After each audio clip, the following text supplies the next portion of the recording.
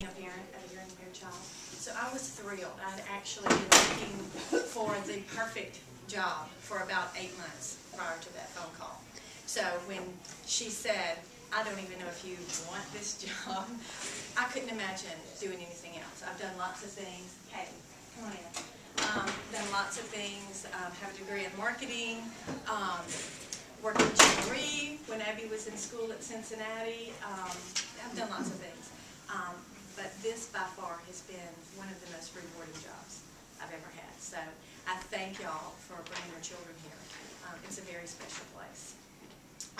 Abbey is my oldest daughter. She's 13. And I have a 6-year-old son, Will, who has normal hearing. And Abbey's going to tell you just a little bit about herself. She's real nervous. She's a great speaker, but she's really, really nervous. So just bear with her. She'll tell you a little bit about herself.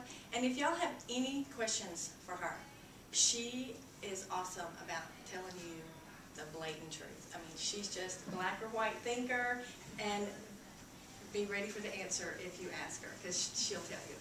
So I'm going to let you just tell them a little bit about yourself first. Good morning. I'm Abbey Ragan. I'm 13 years old, and I'm in the 7th grade at Riverdale. I've been profoundly deaf in both ears since I was 9 months old. I won't hear engaged until I was about 2 years old. Then I got a cochlear implant. I used a body-worn implant until 3rd grade. By that time, I got the behind-the-ear implant. I like the behind-the-ear implant better because it's smaller, lighter, and when I'm running with my friends, it doesn't bounce up and down.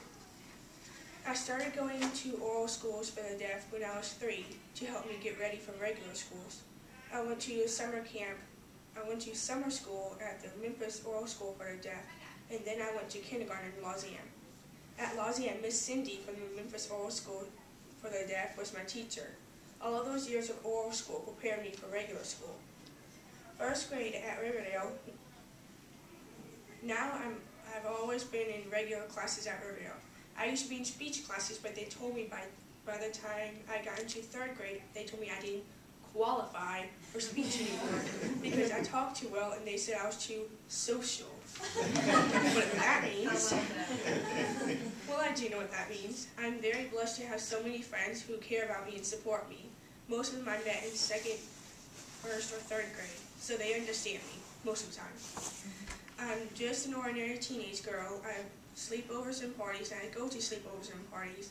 I text my friends, but I can't do that now because I lost my phone. As any other teenage girl, I'm sometimes forgetful. I'm bad about that.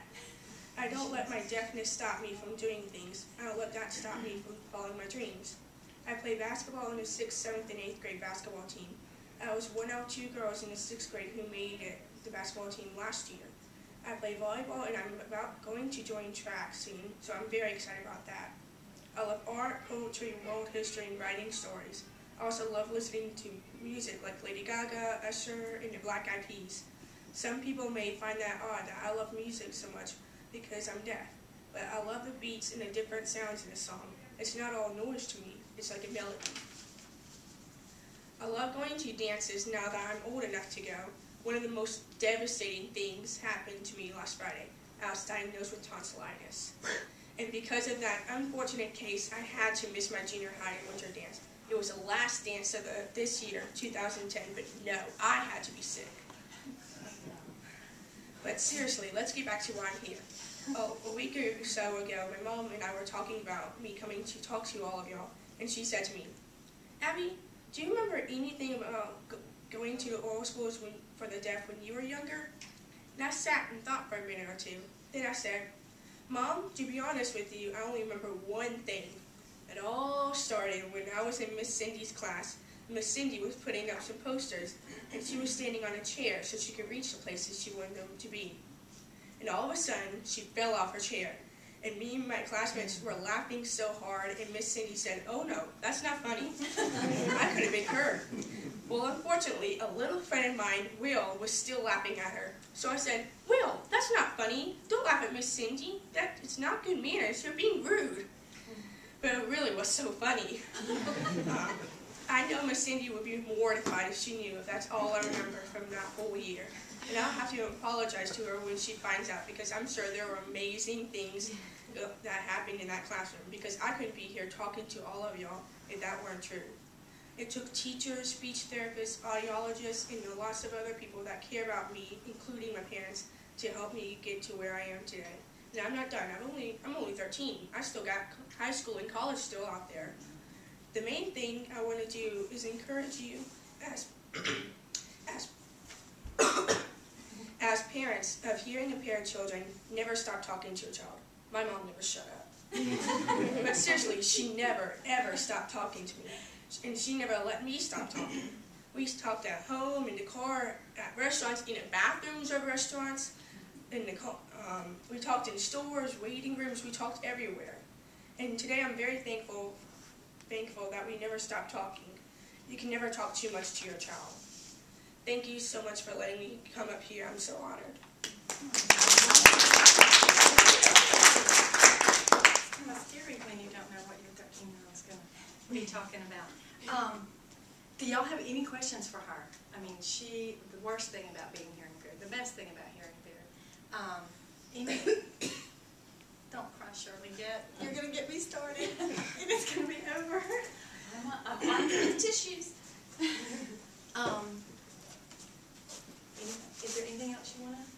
Just at your age, what, like she said, what is the hardest thing as far as, do people treat you any differently or anything like that as somebody else? Have you ever had any issues like that even when you were younger? No. No, most of my friends I've met like when I was a little girl, and they've known me ever since first grade, so they understand me. They're very understanding. So you would say that was the most important thing, is this good quality friends. It really is, because girls get mean as they get older. Have you been at Riverdale for the entire 7 years, or? She went, yeah, we went. I'll tell you a little bit about our early years, kind of what you guys are facing.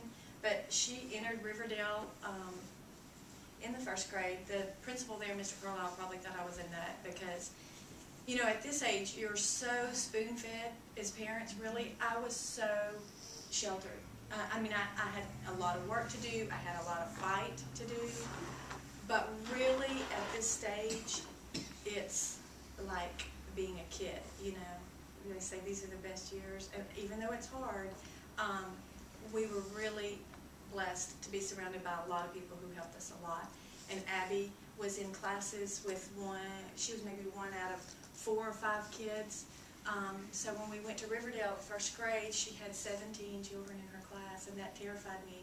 You know, the numbers thing is really scary when you're dealing with a child with a hearing impairment who gets so distracted visually, sounds down the hall, and then there's 17 little rustling pairs of feet and stuff. So I toured the school about 5 times, and I'm sure Mr. Carlisle thought I was nuts, but I needed to make sure, you know, that was the right place for her, and that they were going to do the things. Hey, Mr. Host, come on in. This is DJ's daddy, Mr. Host. They did introductions earlier, so you just have a seat wherever you want to have a seat. So I toured it a lot to make sure that the people there were going to, you know, do the things that I needed them to do for her at that age. She went into first grade in regular classes, and I'll tell you about her little speech schedule later and how we kind of got weaned off of speech by the 3rd grade when they told her she didn't qualify anymore, which was a great, it was a great day, but it was a scary day too. But yeah, she's been at Riverdale since 1st grade. She's in 7th grade now. She's in some accelerated classes. So she's doing really well. It's hard. I mean, it's a lot of work. And still to this day, it's a lot of work. But it's a lot easier than it was where you are right now. Just because their minds are so open for language right now. And you've just got, it's a race against time to get as much language as you can to. Anybody else?